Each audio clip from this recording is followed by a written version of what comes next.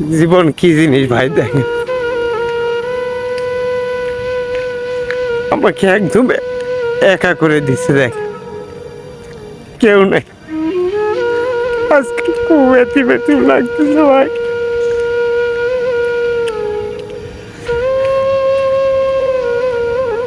এই প্রবাসে আমার কেউ নাই,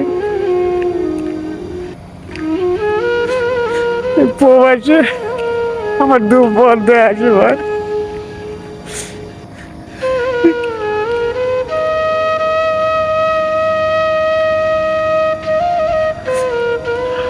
আমি এই প্রবাসে কিভাবে এতটা দিন কাটাচ্ছি,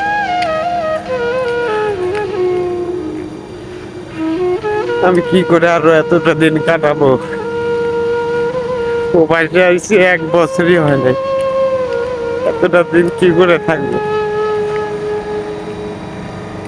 কেউ নেই ভাই, প্রবাসে আমি একা।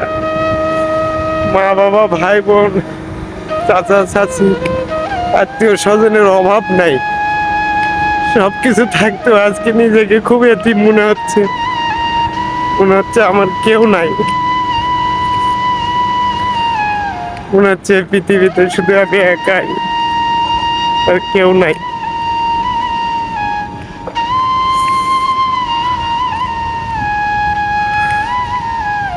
ভাই মানুষের কষ্ট শুধু শারীরিক না, মানুষকে আঘাত করলে অনেক সময় কোনো জায়গায় কেটে গেলে ক্ষত হলেও কষ্ট হয় না, কিন্তু মনের ভিতরের আঘাতটা, মনের যে খরাক, মনের ভিতরে যে আঘাত, সেটা অনেক বড়।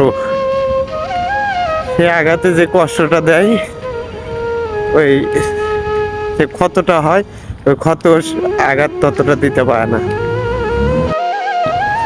আজকাল অনেক ভালোবাসা আছে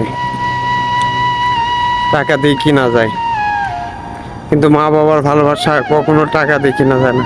মা বাবাকে টাকা না দিলেও ভালোবাসে, একমাত্র নিঃস্বার্থভাবে ভালোবাসে মা বাবাই, অন্য কেউ না। একমাত্র নিঃস্বার্থ ভালোবাসা মা বাবার কাছে পাওয়া যায়, অন্য কোথাও না।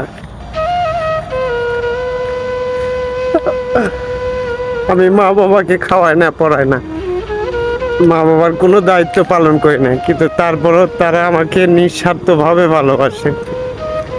আর তারপর হচ্ছে স্ত্রী সন্তান।